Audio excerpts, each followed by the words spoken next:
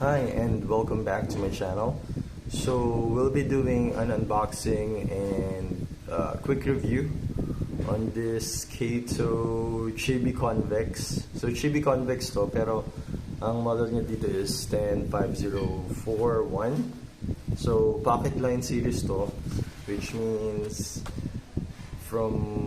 based on my research, so hindi siya talaga tunay na like nag-exist. So hindi siya nag-operate sa kahit saan, pero it's parang ginawa lang ni KATO para magkaroon ka ng parang maliit na rail or maliit na setup for your track. So yun, unbox natin siya.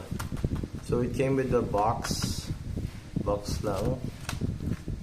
Hindi siya kagaya nung una nating review sa DE10 na may crystal case. Okay, so yeah, it's box lang talaga. Lagyan mo natin ito. Tapos same thing, sheet of plastic. And here you go. Chibi Convex. So wala nang kasamang kahit ano, walang manual or anything. Ito natin si card. Freight card. So may free na siyang ganito. So kasama na siya and it's made out of plastic.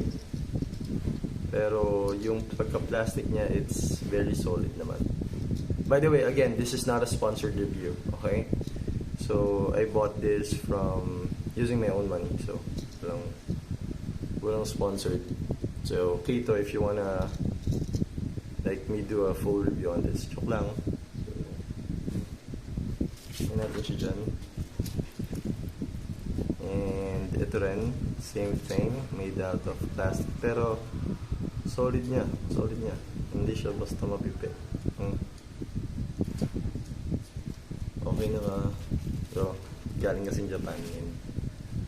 If it's made in Japan, alam naman natin na yeah, there you go. So as you can see, KATO pocket line Japan. So this one is also made out of plastic. Tapos wala siya ng clear plastic. So through and through lang talaga dito. Nice. Solid niya. Sukatin natin ito.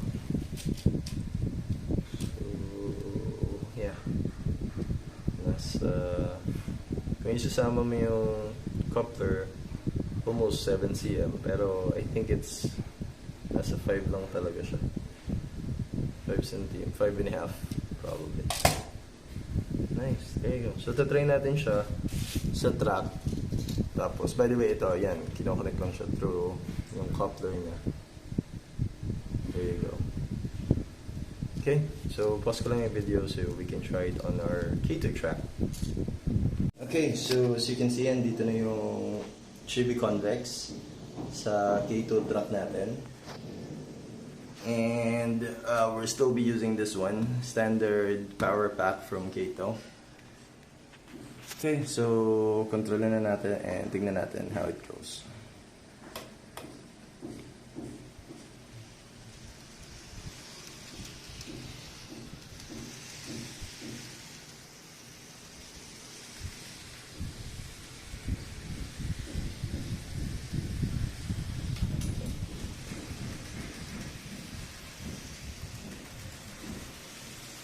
So, smooth naman. It's running very smooth, actually. And ang cute dito is, pwede mong i-connect yung freight cars niya kahit na ma-disconnect mo siya, tapos gusto mong i-connect. Demo natin. Patayin muna natin. Tapos, so, disconnect natin yung, yan. Say, for example, yan. So, kukontrolin ko muna is yung...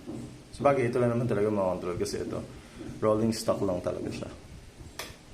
So, try natin siya. There.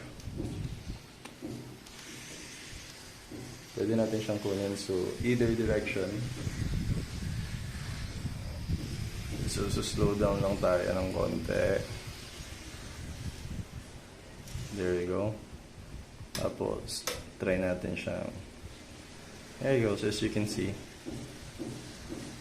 pang 2 na yung coupler niya. So talagang nagana. So, pwede ko rin siya i-connect dun sa, dito naman sa kabilang end. Same thing.